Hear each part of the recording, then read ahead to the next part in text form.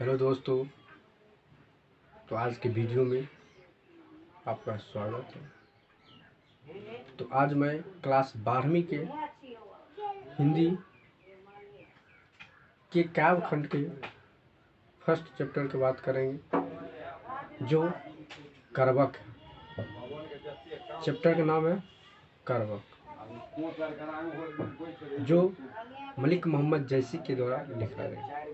ठीक है, और इसके बारे में आज बात करेंगे और पढ़ेंगे इसमें क्या चीज़ के बारे में।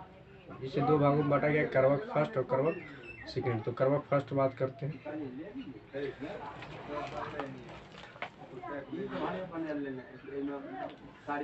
एक नैन कवि मोहम्मद गुनी,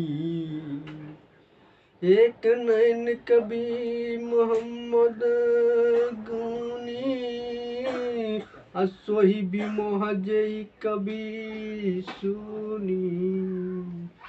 एक नैन कवि मोहम्मद गुनी,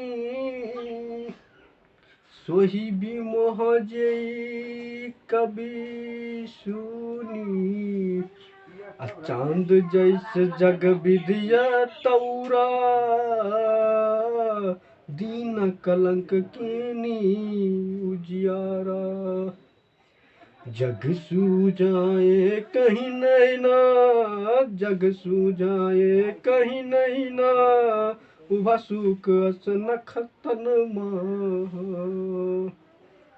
जो नहीं अम्बही ढाब न होई, जो नहीं अम्बही ढाब न होई, तो लही सुगंध बसाई न सोई। कि नहीं समुद्र पानी जो खारा, कि नहीं समुद्र जो पानी जो खारा, तो अति भयो असूझ अपारा। जो सुमरो तिरछूल विनाशा, भाकन चन गिरि लागे आकाशा। जो लही घरी कलंक न पारा, जो लही घरी कलंक न पारा, कांच होई नहीं कंचन कारा। एक नैन जस दर्पण, ओते ही निर्मल भाव। एक नैन जस दर्पण,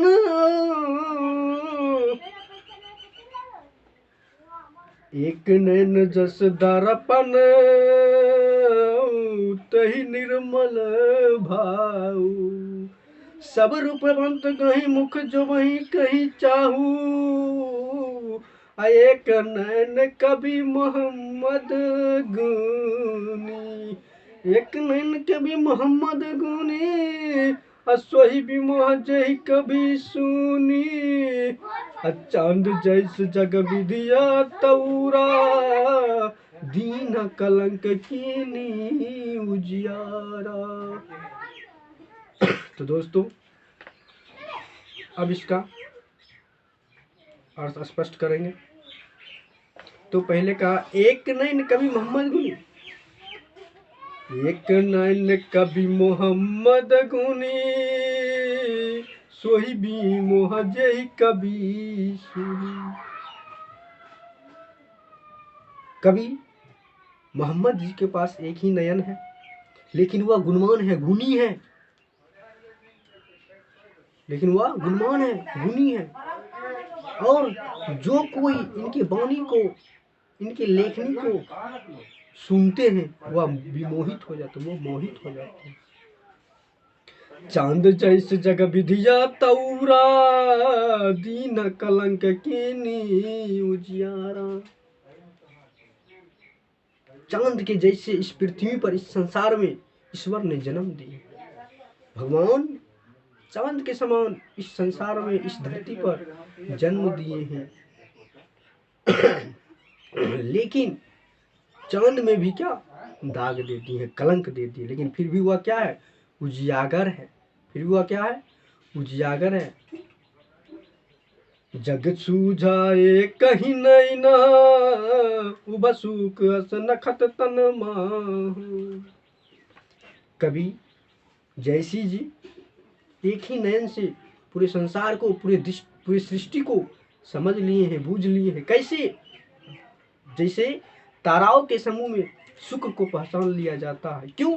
क्योंकि उनमें सभी ताराओं की अपेक्षा चमक अधिक होता है। ठीक उसी प्रकार कवि जयसी जी भी इस संसार को एक ही नयन से समझ लिए हैं, बूझ लिए हैं। जौ लही अम्बई ढाब न होई, तो लही सुगंध बसाई न सोई। जब तक आम में औंठली नहीं होगी, मंजर नहीं होगा, तब तक उसमें सुगंध आ ही नहीं सकता। जब तक आम में मंजर नहीं होगा, औंठली नहीं होगा, तब तक उसमें सुगंध आ ही नहीं सकता है। किनी समुद्र पानी जो खारा, तो अति भयो सूझ पारा। समुद्र का पानी भी खरा है, समुद्र का पानी भी खरा है। ये इसमें दोष है, ये इसमें क्या है? दोष है कि उसका पानी क्या है? खरा है, नमकीन है। लेकिन क्या? तो अति भयो सूझ पारा। लेकिन उसे कोई समझ नहीं सकता, कोई बूझ नहीं सकता, उसे कोई पार नहीं कर सकता। ये इसका खासियत है समुद्र का। कलंक तो है, लेकिन एक गुण भी है। क्या? कि कोई उसे समझ नहीं सकता है, कोई उसे पार नहीं कर सकता। जौ सुमरहु तिरछूल विनाशा, भाकन चनगिरी लाग आकाशा। कि सुमेरी पर्वत को भगवान शंकर के त्रिशूल से विनाश करने के लिए गए थे। जैसे ही त्रिशूल को सुमेरु पर्वत में सटाए, तो वह सुमेरु पर्वत क्या? वह कंचन गिरी, वह कंचन के समान हो गया, सोना के समान चमकने लगा। तो कभी कभी दुर्जन के साथ भी रहकर श्रेष्ठता मिल जाता है दोस्तों। यहाँ पे क्या था? त्रिशूल उन्हें विनाश करने के लिए गया था, लेकिन वह क्या चीज हो गया? सोना बन गया, सोना की तरह कंचन के समान चमकने लगा। जो लही घड़ी कलंक न पारा, कांच हुई नहीं कंचन कारा। जब तक कच्चे सोना को कड़ाही में कोयला के साथ तपाया नहीं जाता, दबाया नहीं जा सकता है, तब तक वह असली सोना बन ही नहीं सकता। वह ठोस हो ही नहीं सकता, शुद्ध बन ही नहीं सकता। अर्थात कहने का अर्थ ये हुआ कि जब तक आप संघर्ष नहीं कीजिएगा, तब तक आपको मंजिल मिल नहीं सकता है। बिना संघर्ष के कुछ नहीं हो सकता है बच्चे। एक बात आपको याद आता होगा क्या? कि करत करत अभ्यास ते जरमति होत सुजान, रसरी आबस जात से सिर पर प्रत निशान। जब तक आप अभ्यास नहीं कीजिएगा, तब तक कुछ नहीं मिलने वाला है। बिना संघर्ष किए हुए कुछ आपको नहीं मिल सकता। तो वही बात करें कि शुद्ध सोना कब बन सकता है? जब उसे घैला में कोयला के साथ क्या किया जाएगा? तपाया जाएगा, दबाया जाएगा, तब वह क्या बनेगा? ठोस सोना बन सकता, शुद्ध बन सकता। आगे करें लास्ट पॉइंट। एक नैन जस दर्पण तेहि निर्मल भाऊ, सब रूपवंत गहि मुख जवई कही चाहूं। तो यहाँ पे कवि जयसी जी ने अपने एक नयन की तुलना दर्पण से की है। और आपके क्वेश्चन भी है, तो एक नयन की तुलना दर्पण से क्यों करते हैं? क्योंकि दर्पण में जब कोई व्यक्ति अपने प्रतिबिंब को देखते हैं या दर्पण के सामने जाते हैं, तो उसमें उसका प्रतिबिंब स्वच्छ एवं निर्मल दिखाई देता है, साफ दिखाई देता है। ठीक उसी प्रकार कवि जयसी जी का एक नयन से ही उसी प्रकार से प्रतिबिंब बनता है, जिस प्रकार से दर्पण से बनता है। जिस प्रकार आप दर्पण के सामने जाइएगा, तो आपका स्वच्छ एवं निर्मल क्या बनेगा? वो क्या दिखाई देगा? प्रतिबिंब दिखाई देगा। ठीक उसी प्रकार कवि